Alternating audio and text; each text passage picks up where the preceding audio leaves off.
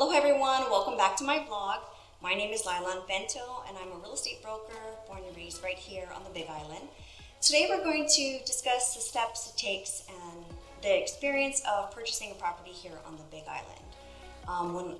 Whenever anyone calls me or sends an email and I'm able to make contact with them, the first thing I do is ask them what's on their wish list, if they're familiar with the Big Island. Many people don't know, for example, we have 11 of 13 world climates, and so there's different districts along, around the Big Island, and so I try to gauge which area they are looking at. Also, if they're working with a lender, if their lender is familiar with doing loans in Hawaii, since our lending here in Hawaii is a little bit unique, even the closing, all the way down to the closing process is different compared to the mainland. So I do try to gauge and take notes of what they're looking for. After I have all my notes in order, after speaking with a buyer, I go ahead and go into our MLS system, pull a list of properties that they're interested in that particular district or districts, and send that over to these buyers, and then we kind of discuss and narrow down which properties they want to look at. And once we have that narrowed down, we either they fly in or I start doing, which is very popular right now due to COVID, a lot of virtual FaceTime. So that is something new, but we're not doing so many anymore since they've opened the Big Island.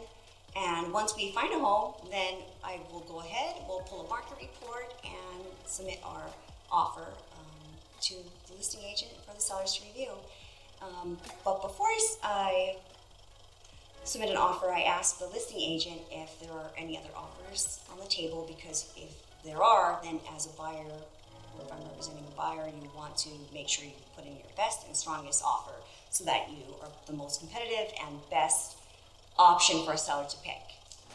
A little story I have, just from this past weekend, actually, I just opened another new escrow. It was on a oceanfront condo here in Kona. And I knew that the other buyers were up against another offer, and those buyers were getting financing. And so what I told my client to do was he wanted, really wanted this condo, and he could of course pay cash if he needed to, so that was our plan B. But our first plan of action when submitting the offer was if we're up against a finance, another offer that we're going to be the most competitive. So we changed his down payment amount, we shortened escrow. We did everything we could to make it an easier escrow for a seller, so that the sellers, when they look at the two different offers, they're definitely going to take my client, which they did. And he was ecstatic to be buying the condo that he really wanted. So once I pull a market report and we discuss an offer price, we figure out if there's any other offers on the table, we go ahead and come up with an offer price, submit the offer, and it's usually a 2-day turnaround here on the Big Island.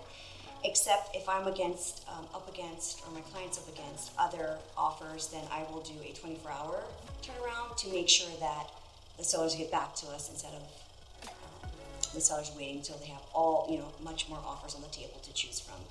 And so I'll change the timeline, the response time, to 24 hours instead of 2 days. Sometimes that doesn't always work because the seller needs a little bit more time, say they're on the mainland. So we'll just accommodate that to the 2 days. If that's the situation. So it varies case by case, I would say, with different offers. And then once we do get an accepted offer, we open up escrow, we create a timeline, and I'm going to go ahead and discuss all of the steps in escrow and what we do once we're the winning offer and ready to purchase a property. So stay tuned for next week's vlog on what it's like going through the escrow process here in Hawaii.